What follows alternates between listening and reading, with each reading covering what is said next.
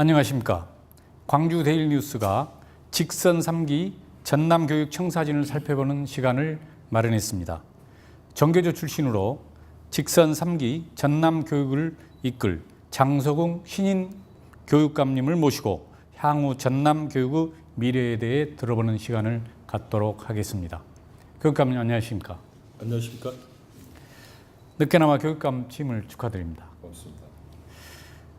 교육감님이 이번 전남 교육감에 당선돼 진보 교육이 한층 강화될 것으로 예상하고 있습니다. 전임 장만채 교육감이 애초 정교조의 지원을 등에 업고 출발했습니다마는 정치적 입장 차이로 결별했던 점도 향후 전남 교육의 변화가 예고되고 있습니다. 이에 일각에서는 진보적 이념 성향으로 전남 교육이 편향될 수 있다는 우려도 제기되고 있습니다. 특히 최근 교육장 일괄 사퇴 요구 검토로 전임자 지우기가 아니냐는 논란이 있습니다. 교육감님의 의견을 듣고 싶습니다. 예, 저는 전교조 전남지부장 그리고 전교조 위원장을 했어요. 그래서 재임 시에 참교육 실천이랄까 학교 변화를 중요한 정책으로 핵심 사업으로 설정해서 활동한 바 있습니다.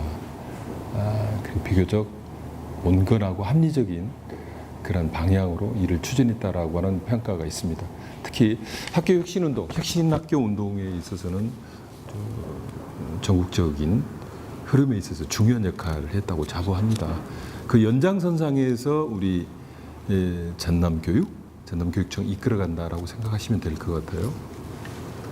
저는 이번에 이제 교육감으로 선출되면서 도민들의 뜻을 무겁게 지금 이렇게 생각을 하고 있어요. 정교조 출신이고 해직교사 출신이고 평교사 출신인 저를 도민들이 교육감으로 뽑아주셨거든요. 그것은 지금까지 전남교육은 좀 문제가 있으니까 좀 바꿔야 되겠다라고 하는 그런 여망이 반영된 거라고 생각을 해요. 그동안에 쌓인 교육 적폐를 해소하고 이제 새로운 시대에 맞는 교육, 즉 우리의 교육은 다른 것도 마찬가지겠지만 촛불혁명 이전과 이후는 달라야 된다. 지금의 학부모, 교사, 도민들은 촛불혁명 이전의 그런 학부모, 교사, 학생이 아니에요. 그래서 변화를 주문하고 계시고 거기에 부응해야 된다. 저는 인사와 관련해서도 이제 정말 능력 있고 도덕적이고 개혁적인 분을 모시고 전남교육을 혁신해야 된다. 그렇게 생각을 하고 있습니다. 보직 사퇴와 같은 그런 어쨌든 법령 외적인 강제를 통해서가 아니라 그 보직 사퇴라고 하는 것을 통해서 그 신임을 이제 묻고자 하는 거죠. 그래서 제가 이 전남 교육을 맡은 이상 할 수 있는 돈 안 들고 당장 할 수 있는 게 한 두 가지 정도 있다고 생각을 했어요. 하나는 이 권위적이고 관료적인 이 교육청 문화, 학교 문화를 우선 바꿔야 되겠다. 겁니다. 의전에서부터 시작해서 좀 격의 없이 만나고 토론하고 그런 문화가 좀 이렇게 학교 현장에서부터 교육청까지 이렇게 확산됐으면 좋겠고요. 그런 것보다는 어쨌든 새로운 인재, 그동안에 소외됐고 묻혀 있었던 새로운 인재를 발굴한다, 발탁한다는 측면을 좀 더 높게 좀 봐주셨으면 하는 생각입니다. 교육감님은 직선 1기에 대해 나름의 성과를 인정을 하시면서도 무엇보다 교육의 핵심이라고 할 수 있는 교육계획은 미흡하다고 지적한 바가 있습니다.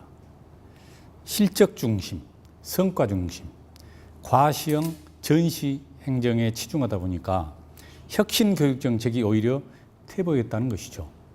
교육감님은 이를 학교 현장에 대한 이해와 경험 부족에서 온 것이라고 진단하셨습니다. 이 부분에 대한 입장을 말씀해 주십시오. 내보이기 위한 전시성, 과시형 사업이 많았어요. 그게 전부 다 교육청이 주도한 겁니다. 도교육청 중심 사업은 대폭 폐지 때는 축소할 겁니다. 그래서 행정적 부담을 줄여주고 교사들이 오직 교육에만 전념할 수 있는 여건을 만들어줄 겁니다. 그리고 그런데 들어가는 예산은 학교 기본 교육비로 편성을 해서 조그마한 학교도 예산이 없어서 이렇게 교육을 제대로 못한다는 말이 안 나올 수 있도록 하겠습니다. 저는 또 중요한 문제가 학교 문화라고 보는 거거든요. 아직까지도 우리 학교와 교육청에는 권위적이며 관료적인 문화의 잔재가 남아 있습니다. 학교는 그 어떤 곳보다 민주적이어야 됩니다. 학교여야 됨에도 불구하고 민주주의는 학교 교문 앞에서 멈춘다. 민주주의를 가르치는 학교가 비민주적 찌꺼기가 많이 남아있다라고 하는 비판을 받습니다. 교사들은 나름대로 자존감이 강합니다. 그래서 민주적인 교육 풍토 속에서 민주적인 리더십 속에서 그들의 자율성이라든지 열정이라든지 창의성이 발현될 수 있는 거거든요. 그걸 통해서 우리 아이들이 성장하고 미래 핵심 역량을 키워가는 것이거든요. 그래서 저는 모든 중심을 학생 그리고 교단, 특히 교실의 변화. 어떤 분들은 교실 혁명으로까지 이야기합니다. 거기에 이제 중점을 두려고 생각을 하고 있습니다. 네.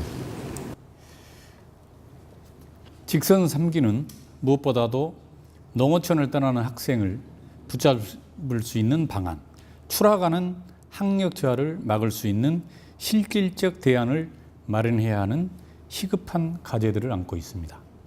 어떻게 풀어가시겠습니까?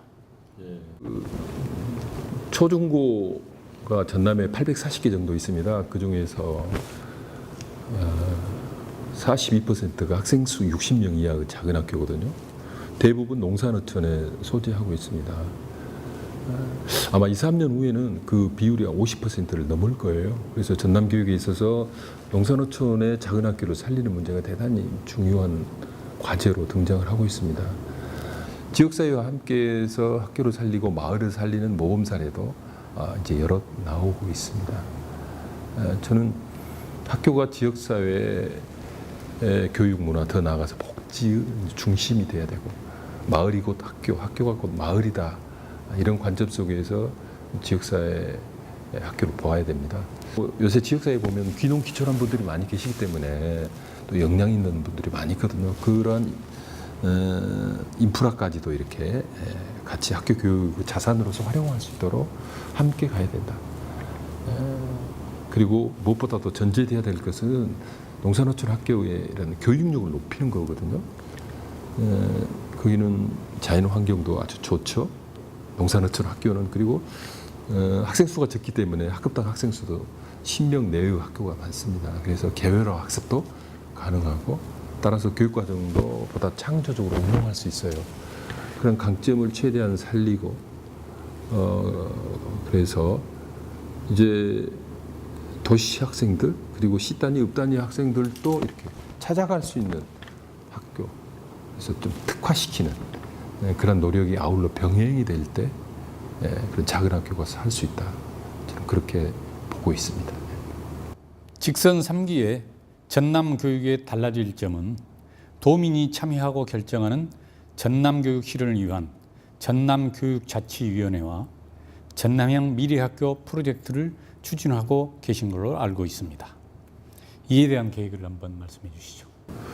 따라서 저는 교육장이라든지 학교장도 이제 학교 안에서만 머물러 있을 것이 아니라 이렇게 지역사회, 적어도 활동의 절반은 지역사회와 함께 해야 된다고 생각해요. 지역사회 사람들은 꾸준히 논의하고 토론하고 만나고, 그래서 협력을 이끌어내고, 그런 지역사회에서 정치인으로서 그런 지역교육청 산하에 있지만은 일정한 독립성을 이렇게 보장받는. 글쎄요, 우리나라 국가기구에서 보면 국가인권위원회 같은 경우에는 국가기구에 속하긴 하지만 비교적 독립적이잖아요. 그리고 이런저런 정부의 기관에 대해서 권고를 하죠. 그래서 하여튼 그런 위상 정도로 생각하고 있습니다. 그 전남 학교의 조리와 배식 환경이 매우 열악한 것으로 알고 있습니다. 취임 첫 일정으로 무안 청계 남초등학교를 방문하셨습니다. 학생들에게 직접 배식하고 함께 식사하며 학교 급식도 교육의 일부라면서 급식 환경을 개선하겠다고 말씀하셨습니다. 안전한 학교를 내세운 직선 3기의 급식 환경 정책은 무엇입니까? 예. 청계남초 간 것은 그 학교가 운반 급식을 하고 있거든요. 그러니까 그 학생 수가 50명 이상인 학교에 대해서는 자체 급식실을 두고 조리해서 배식을 하고 있습니다. 그렇지 않는 학교는 운반 급식을 하고 있어요. 근데 그 과정에서 되게 이제 택시라든지 자가용을 이용해서 하기 때문에 이런저런 염려가 많습니다. 그래서 어떤 곳은 2개 학교를 이렇게 하다 보니까 한 학교를 거치고 오고 그러다 보니까 음식이 식기도 하고 그 운반 배식과 관련해서는 가능한 한 이렇게 냉장과 보온이 가능한 탑차를 이용해서 하는 것이 가장 바람직하거든요. 근데 그런 냉장차를 활용할 수 있는 시군이 그렇게 많지는 않습니다. 많지 않기 때문에 가능한 한 최대한 확보하려고 보고요. 그러지 않는 학교는 어쨌든 최대한 운반급식, 자가용이나 택시로 하더라도 그 건강이라든지 위생에 차질이 없게 할 수 있도록 노력을 할 겁니다. 우리 농민에게도 도움이 되고 우리 아이들에게도 도움이 될 거라고 생각하고 지자체와 협력해서 예산도 크게 많이 들지 않으니까 실행하려고 합니다. 문제가 되는 것은 이렇게 거기에 첨가물이거든요. 첨가물은 이제 친환경이 되지를 못합니다.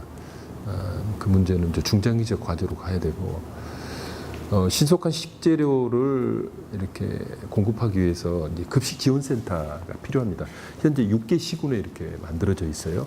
임기 내 22개 시군 전체에 급식 지원센터가 설립될 수 있도록 지자체와 협력을 할 거고 현재는 농축산물 중심인데 거기에 수산물도 좀 포함시켜서 신선하고 좋은 먹거리를 아이들에게 제공하려고 생각하고 있습니다.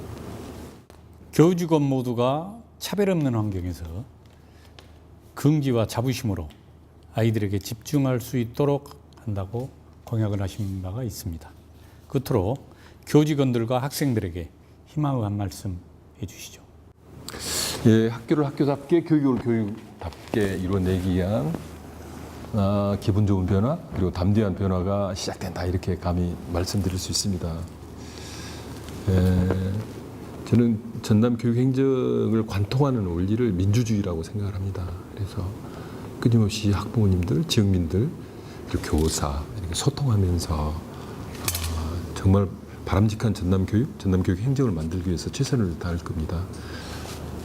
우리나라 교육기본법 제2조에 보면은 홍익 인간의 이념을 바탕으로 해서 건전한 민주시민의 양성, 육성이 중요한 교육의 목표 중에 하나입니다. 그래서 지금까지 소홀히 해왔던 측면이 있는데요.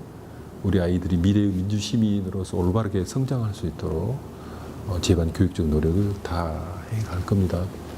제가 선거 공약에서 제출했듯이 한 아이도 포기하지 않는 그런 전남교육 위해서 헌신하겠습니다. 전남교육 행복시대, 전남교육 성공시대를 이야기를 했어요. 이제는 행복에 대한 관점, 성공에 대한 관점도 좀 달라져야 된다고 봐요. 행복은 오랜 고생 끝에 쟁취하는 결과물이 아니죠. 행복은 과정마다 순간순간마다 행복해야 되는 거예요. 학교가 그래야 된다고 보는 거거든요. 근데 우리 아이들은 그런 미래의 정말 무지개와 같은 그런 행복을 위해서 그 빛나는 청춘들을 참 저당 잡혔다 그럴까요? 그래서 과정마다 순간순간마다 학교가 그런 학교가 될 수 있도록 나는 그게 행복이라고 보고요. 그런 행복한 학교를 만들 수 있도록 노력을 할 거고요. 성공도 마찬가지죠. 성공에 대한 관점이 이제 지금 많이 바뀌었잖아요. 좋은 대학 가서 좋은 직장. 저는 성공이라고 하는 것이 자기가 하고 싶은 일, 좋아하는 일, 잘하는 일을 할 수 있는 그런 직업을 갖는 거라고 봐요. 그래서 그 속에서 자기 자신을 실현하고 조그맣게나마 어떤 사회를 위해서 봉사할 수 있는 그것이 바로 성공한 사업이라고 생각을 합니다. 그래서 우리 아이들이 각자의 적성이나 끼나 소질을 최대한 발휘해서 그런 자리에서 그런 역할을 할 수 있는, 그렇게 해서 성공한 우리 아이들이 될 수 있도록 노력을 해야 할 겁니다. 전남교육 그런 행복시대, 성공시대를 위해서 열심히 하겠습니다. 기대도 많아서 부담도 크고요. 두려움마저도 느낍니다. 그래, 잘하나 보자. 라고 좀 이렇게 냉소적인 시각을 갖고 있는 분들도 있을 거고요. 제가 선거 때 같이 경쟁했던 후보를 또 만났어요. 그래서 제가 전남교육 선거문의에서 많이 도와주시라 했더니 또 흔쾌하게 함께하겠다 해서 그분의 정책이라든지 또는 뭐 전남교육 성공을 위한 제반 조언을 아주 전폭적으로 또 받아들여서 해갈 거라고 약속을 드렸습니다. 기대해 주셔도 좋습니다. 예, 그러니까 오늘 말씀 감사합니다. 수고하셨습니다. 맞습니다.